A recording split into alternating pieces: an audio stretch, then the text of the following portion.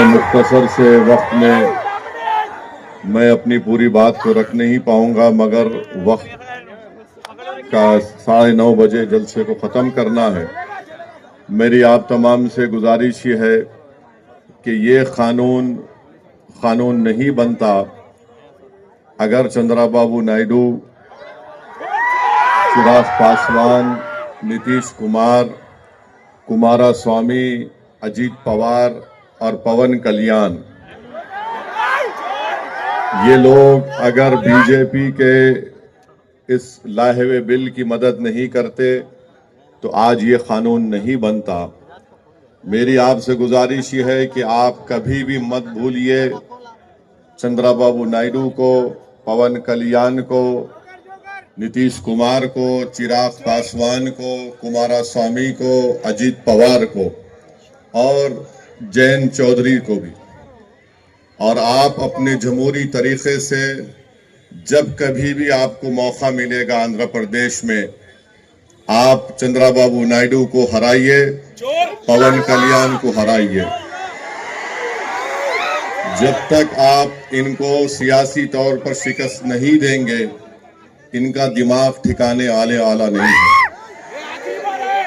और हम शुक्रिया अदा करते हैं जगन मोहन रेड्डी का कि उन्होंने इस बिल की मुखालिफत में वोट दिया, और उन तमाम सियासी पार्टियों का शुक्रिया अदा करते हैं जिन्होंने इस बिल की मुखालिफत में वोट दिया। कानून ऐसा बनाया गया है कि मिसाल के तौर पर आपको समझाने के लिए, यहाँ पर करनूल में गोल गुंबज की दरगाह है और वो आसारे खदीमा का भी उसमें रोल है। अब जब से ये कानून बन चुका है, वक्फ बोर्ड उसका मालिक नहीं है, एएसआई उसका मालिक बन चुका है। हम चंद्राबाबू नायडू से पूछना चाह रहे हैं कि आपने कितना झूठ बोला आंध्र प्रदेश की आवाम को कि कुछ नहीं होगा। तीसरी बात यह है कि गवर्नमेंट किसी भी मस्जिद को, दरगाह को, खानखा को आपसे छीन सकती है। आप इस खुशफहमी का शिकार मत रहिए, नहीं हमारे पास है, ये है। गवर्नमेंट कुछ भी सेक्शन 3C उठाकर पढ़ लीजिए आप, और फिर इसमें ऐसा कानून बनाया गया कि लिमिटेशन का कानून लागू कर दिया गया। अगर कोई 20 साल से 12 साल से 20 साल से वक्फ की जायदाद पर काबिज है तो चंद्राबाबू नायडू उसको मालिक बना रहे हैं। हम चंद्राबाबू नायडू से पूछना चाह रहे हैं, आपकी एक तरकारी की दुकान है हेरिटेज के नाम से, अगर वहां पर कोई 20 साल से कब्जा करके बैठ गया तो मेरी हो जाती, आपकी रहती। आप लिमिटेशन का कानून उस पर लागू कर दिए। आरएसएस यही चाहती है कि इस मुल्क में उनके पास एक लिस्ट है उन मस्जिदों की, दरगाहों की, खानकाहों की, वो उसको हासिल करना चाहते हैं। और चंद्राबाबू नायडू और पवन कल्याण ने आरएसएस के एजेंडे को सामने बढ़ाया है और आरएसएस को इस मुल्क के सेकुलरिज्म को खत्म करने के लिए, इस मुल्क के आइन को, कॉन्स्टिट्यूशन को कमजोर करने के लिए चंद्राबाबू नायडू ने बीजेपी का साथ दिया। आंध्र प्रदेश में यकीनन तरक्की होनी चाहिए, मगर चंद्राबाबू नायडू आंध्र प्रदेश की आवाम को झूठ बोल रहे हैं। मैं अमरावती के लिए कर रहा हूं। चंद्राबाबू नायडू अमरावती के लिए नहीं कर रहे हैं, सिर्फ अपने खानदान और दोस्तों के लिए आंध्र प्रदेश की बलि लगा दिए दिल्ली में। कोई अमरावती का काम क्या हो रहा है बताओ आप। मगर अल्लाह का करम है कि हम देख रहे हैं कि इतने कम अरसे में 2024 में इलेक्शन हुआ। आंध्र प्रदेश की आवाम में अभी से चंद्राबाबू नायडू के खिलाफ गुस्सा पैदा हो चुका है, और मुझे यकीन है कि इंशाअल्लाह ताला ये गुस्सा और बढ़ेगा। और चंद्राबाबू नायडू को इलेक्शन, जब कभी भी लोकल बॉडी के इलेक्शन होंगे या अगर कुछ भी इलेक्शन हो, मेरी आपसे गुजारिश है कि आप इसका मौसर जवाब दीजिए।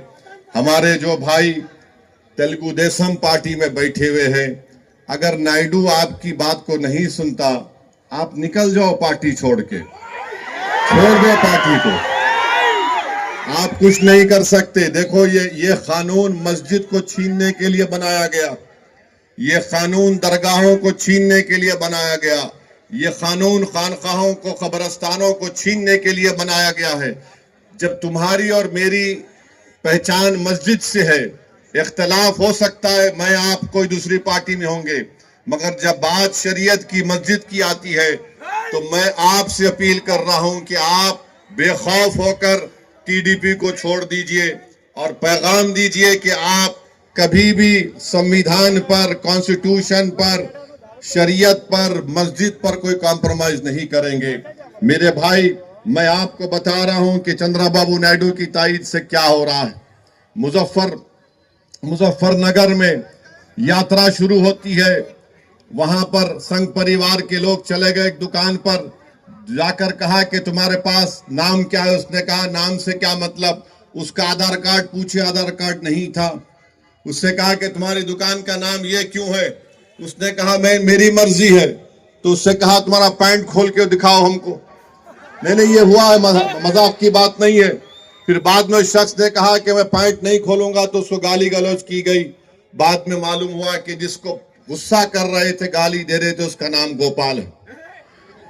अब बताइए आप, इस मुल्क में इस तरह का नफरत फैलाई जा रही है मुजफ्फरनगर में, और चंद्रबाबू नायडू खामोश बैठे हैं।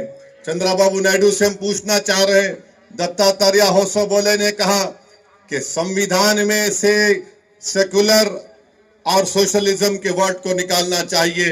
क्या चंद्रबाबू नायडू उस पर राजी हैं? अगर राजी नहीं है तो चंद्रबाबू नायडू को पब्लिकली कंडेम करना चाहिए दत्तात्रेय होसबोले के बयान को, कि बेसिक स्ट्रक्चर का हिस्सा है हमारे संविधान का। आप देख लीजिए आर्टिकल 9 क्या है, आर्टिकल 15, 16, 25, 26, 27, 29 क्या है ये। और फिर वोटर लिस्ट में नाम को भी मजहब के नाम से नहीं निकाला जा सकता। आज चंद्रबाबू नायडू उसकी भी तायीद कर रहे हैं। मैं आपके सामने बता रहा हूं आखिरी बात, महाराष्ट्र में बीजेपी की सरकार है।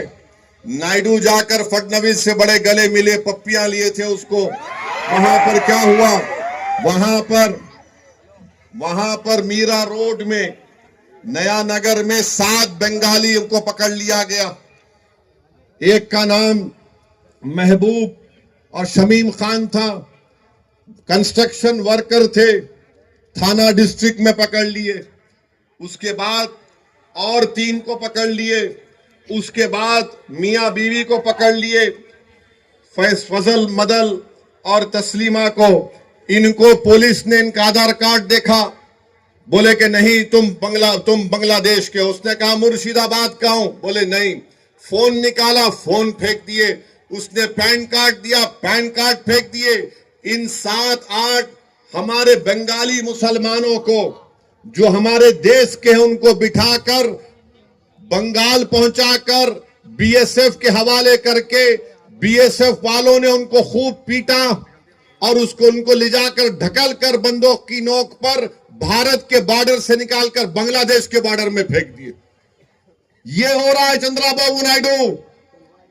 आपको अपनी कुर्सी की पड़ी है, हमको हमारे देश से बंगाली जबान बोलते थे। एक शख्स ने कहा कि मेरे पास 5-8 हजार रुपये थे, बीएसएफ के लोगों ने 7,500 रुपये छीन लिए मुझसे, बांग्लादेश में ढकल दिया उनको। फिर बंगाल की पुलिस ने पूरा भिजाया, कागजात भिजाए कि यहाँ के रहने वाले, 3 बॉर्डर है, उत्तर दिनाजपुर, कोच बिहार से ढकल दिए 7 के 7 लोगों को। बताइए क्या हो रहा है हमारे देश में। अरे अगर आपको महाराष्ट्र में बंगाली बोलने वाले बांग्लादेशी नजर आ रहे हैं, मैं नरेंद्र मोदी से ये कह रहा हूं, भारत के वजीर आजम से, अगर आप जबान को देखकर ऐसा कर रहे हैं तो क्या आप में इतनी हिम्मत नहीं है कि वो 4 जालिम लोग जो 26 हमारे हिंदू भाइयों को पहलगाम में गोली मारे, वो कहां छुप गए? निकालो उन जालिमों को मोदी। आप सिर्फ बंगाली जबान बोल रहे हैं। उनका एयरपोर्ट पे, पूना एयरपोर्ट पे उनका आधार कार्ड फाड़ दिए। बेचारे का 25,000 का स्मार्टफोन रख लिए हजरत पुलिस।